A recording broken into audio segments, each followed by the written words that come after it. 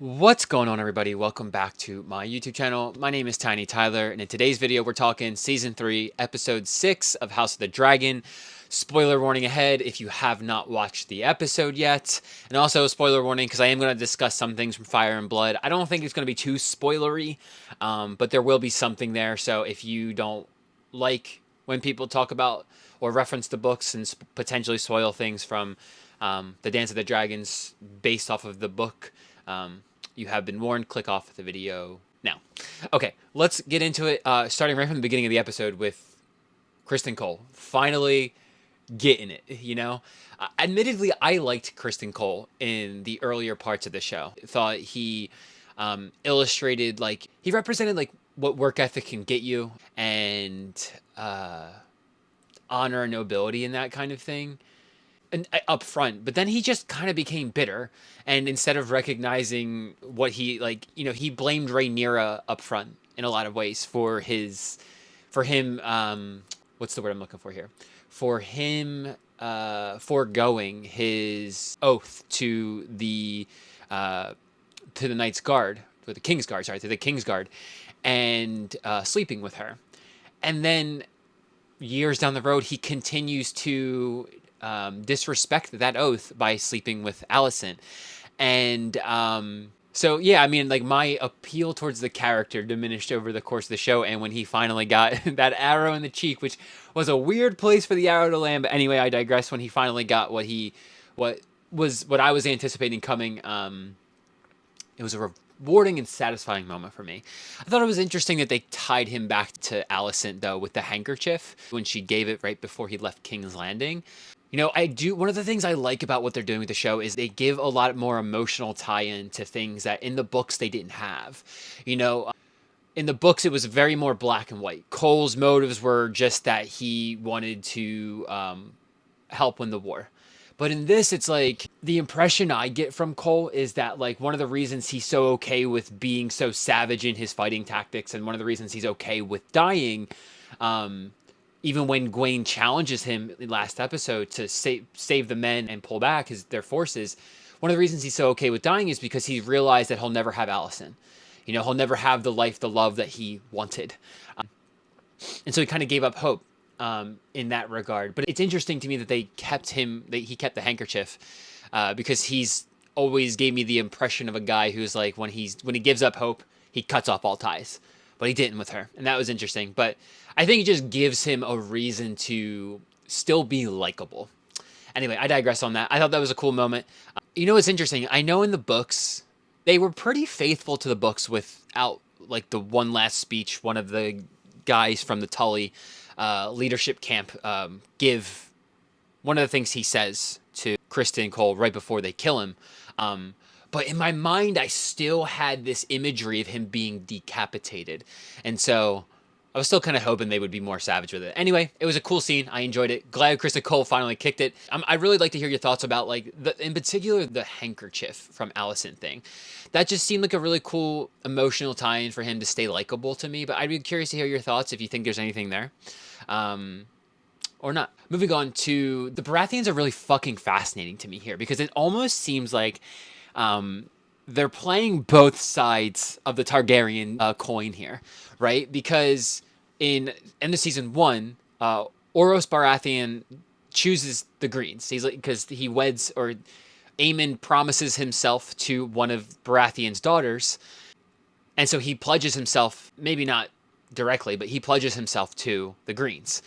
Now some of the Baratheon forces are showing up in King's Landing, and Rhaenyra doesn't kill them right away. So, and they actually serve her by going to attempt to assassinate Daeron. So it's like, what are the Baratheons at here? I think Oros Baratheon is playing both sides. I think there's a saying somewhere in, A Song of Fire and Ice lore that, like, in wars like this, there are no winners and losers. There are winners and there are traitors.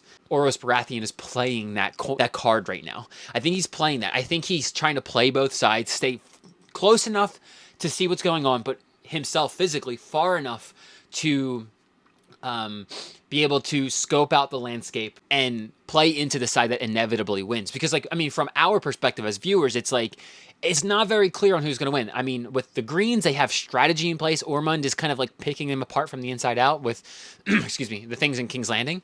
But on the physical front, the Blacks have the advantage. You know, strategically, Greens, physicality wise, the Blacks, because they have the dragons, they have King's Landing, they have that positioning. And the army, their army is still kind of making progress. So it's a little unclear on that. And I think that's my big theory with Oros Baratheon. I think he's trying to get close enough to see what happens, but keep himself further enough away to pick the right side when the time comes so that he isn't beheaded later. You know, because if he chooses the Blacks and the Greens win, he gets killed. If he chooses the Greens and the Black wins, he gets killed, you know? And I think it's a smart strategy on his part, and I like what they're doing there. I don't know if I'm reading too much into it, but that's my first thoughts on it. I'd love to know what you all think. We don't see coming yet. I'm curious, because this kind of ties directly into her sending the Baratheon soldiers to assassinate Daeron. I think we're finally starting to see her take on the mantle of the leadership role in that in a universe like Westeros, in a kingdom, if you will, like Westeros, it requires a sense of a level of ruthlessness. You know, you have to instill a sense of fear into your subjects. Whether you like that philosophically or not is beyond the scope of this conversation, because that is just the truth. I mean, we see it with when Rhaenyra is constantly trying to show Alicent mercy, and Alicent keeps, for lack of a better word right now, manipulating the situation. I don't think Alicent has malicious intent. I think it's survival, but she is using the relationship, the compassion that Rhaenyra has against her. And I think Rhaenyra, whether she's aware of it or not, is starting to see this, and, you know, she sends these soldiers to go kill and assassinate Daeron, which is a 180 from what, like 2 episodes ago when they thought they captured Daeron, and it turns out to be a sleight of hand by Ormund, and she wasn't going to kill him. She actually let Daeron live. She talked about killing him, but she didn't, and she actually let Alicent see him. And so we're starting to see Rhaenyra become a little bit more ruthless, and I don't know if it's fair to say balancing out like her compassion with the burdens of leadership, because I don't think it's a balancing act with her. I think it's a slippery slope where she is just starting to succumb to the grief of her children, the loss of war, and the burdens of leadership. This is really what I think Daemon is constantly trying to get her to see, that you know, and this is one of the things I really enjoy about Daemon's and the pivot they take in with him from the books. And I've probably talked about this in so many videos at this point. So for people who actually tune in frequently, I apologize if I sound repetitive here, but Daemon he feels to me like a loyal servant to her mission, but he is the balancing act to her compassion, and she doesn't want to see it. And now what's happening is there's a lot of betrayal festering up because of that. And this is just my personal opinion here, I do believe that Daemon is trying to get her to see that it does require a forceful hand at times to rule Westeros. Now, I do think that Daemon and Rhaenyra have a good balancing act here. If they both play to their strength and work cohesively together to rule Westeros. Sadly, I just don't think that's going to happen given the direction that Rhaenyra is going. The optimism in me wants to say that her ruthlessness is starting to balance out the compassion she has, but I just think it's going to be a downward slope. If I get past my optimism, I think it's just going to continue to be a slippery slope. But I'd be curious to hear what you all think about Rhaenyra sending assassins. Do you think she's betraying herself? I mean, Alicent kind of hints at that, kind of sows the seeds of doubt when she makes it she made the comment a few episodes ago and she referenced it again now. So I'm curious to hear what you all think. Do you think she's betraying herself? Do you think she's not? Because I think this is a cool segue to branch into the dragon seeds now, because they're doing something cool here. Now, for anybody who immerses himself in the Fire and Blood lore, the Song of Fire and Ice lore, you know potentially what happens in the Dance of the Dragons long term. You know, and I think they're actually setting it up pretty well for us to see, without the prior knowledge of the book Fire and Blood, that Ulf is getting frustrated. He's starting to resent Rhaenyra, and it is creating a situation where it's easy to see him betray her. I don't think it's super in your face yet, but it's getting there. And I think, so with him and Hugh Hammer, he's the outlier where it's starting to become obvious that if anybody's going to betray her, it's him. But I really love what they're doing with Hugh Hammer because, I have the knowledge of the books, right? So in the books, Hugh Hammer also betrays her. Sorry for the spoiler if you didn't know that, but that's the thing. And up until this point, I couldn't figure out what they were doing that would give Hugh the motive to want to betray Rhaenyra, because he actually seemed loyal. He actually seemed quite grateful to be given the opportunity to claim a dragon, and he wanted to see it fully through. But now they bring his wife back into the mix, and I think this is just an incredible plot design for Hugh's character arc, and I love this so much because now it gives him an emotional tie-in, because now his wife wants nothing to do with him.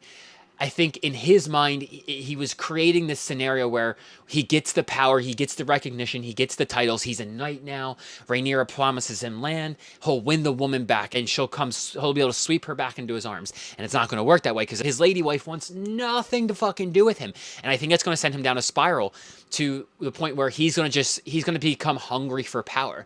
And I love this idea because now it's not just he like in the books he was always depicted as like he was hungry for power, and it was very black and white, very surface level. But now it's like, I think what sends him down the spiral of becoming hungry for power is the love that his wife pulls back from him, respectfully so. You know what I mean? Like his wife is like, his wife's motives make a lot of sense to me because like she just wants love. He left her in a very important time of need. But I think this is just a beautiful character design, a beautiful character arc, because now what we're going to see is his downfall too. He's going to like emotionally spiral. I use that word loosely because I don't think he's going to like lose his mind or anything. But I think what we're going to see is he's going to become angry, not process his sadness for losing his wife. He's going to become angry.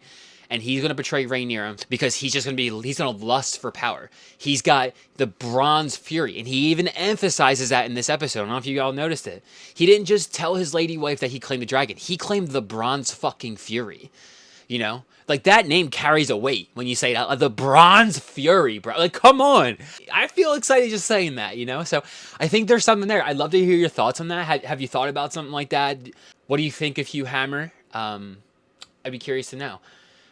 Moving on to Gwayne, now that we're in Tumbleton with Hugh Hammer, let's talk about Gwayne and him returning to Tumbleton and Ormund and the Green's forces.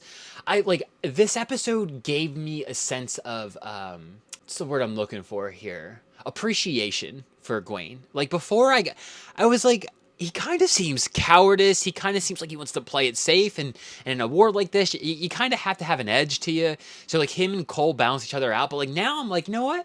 I like Gwayne. And it's partially because he was able to fuck up the Baratheon assassins. That was a dope scene. That was a really dope scene.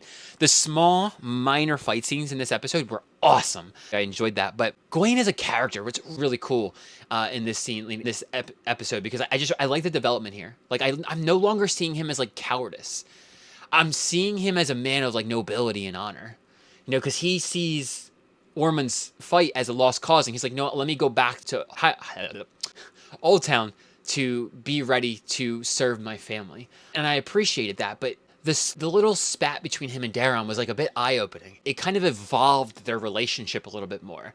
When we heard about Daeron being kind in season 2, when Gwayne was talking to Alicent, I was really curious to see this, because like, what does it mean? And then we start to see Daeron with Ormund. It's like, it makes sense that he's kind because he's like a helpless victim to Ormund's wrath. He serves Ormund not out of respect, but out of fear. So it makes sense that he would be kind, but now we're seeing it differently. Now what I'm seeing, and I'd be curious to hear your thoughts on this if you all are seeing it the same way. Now what I'm seeing is his kindness was probably cultivated from Gwayne.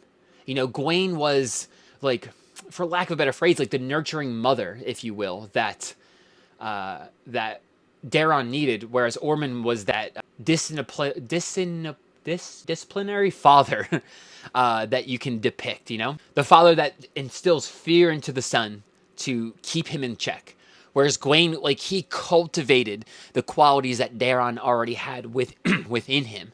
You know, that's why I say the nurturing mother. Not that Gwayne's like a mother or anything like that, but just because like he imbues that sense of nurturing. That's what I see. Excuse me. That's what I see in that relationship, in that little spat moment where Daeron's kind of angry at Gwayne for abandoning him. I thought it was a powerful moment, and I think that's what that sows the seeds later for Gwayne to step up for Daeron to stop him from being assassinated. You know, it's almost like it gave him, like, whether he was aware of it or not, it gave him the motivation to see through all the lies. And I think it really shows us as an audience, and even Ormund later, because he even acknowledges it, the value that Gwayne still offers, because he's not just a war strategist, right? He's a man of honor and nobility, and that is reflected in him being able to discern the Baratheon men as an assassin, because he could tell that it wasn't the Baratheon that he said he was. I can't remember the guy's name off the top of my head, the specific Baratheon cousin, but because he knows the house, he knows the text, right? Like we saw back in like early season 1 of Game of Thrones, there's a whole book that says Joffrey of the House Baratheon, blonde of hair, you know, like that's documented. And Gwayne's aware of these things, not because he's a strategist, but because he's a man of honor and nobility, and he appreciates traditions without taking them too far. And I don't know, I just really love his character development, and I have a deeper appreciation for him in this episode. And then the last few things I want to hit on here is the Greens camp. You know, I think what we're seeing is an internal friction being created. You know, Ormond's clearly the leader, but he leads through fear. And when you lead only through fear, you know, because this kind of ties back to the Rhaenyra thing, where she's trying to lead too much through mercy and compassion. Ormond's trying to lead too much through fear. They both do the same thing when you go too far in the wrong direction.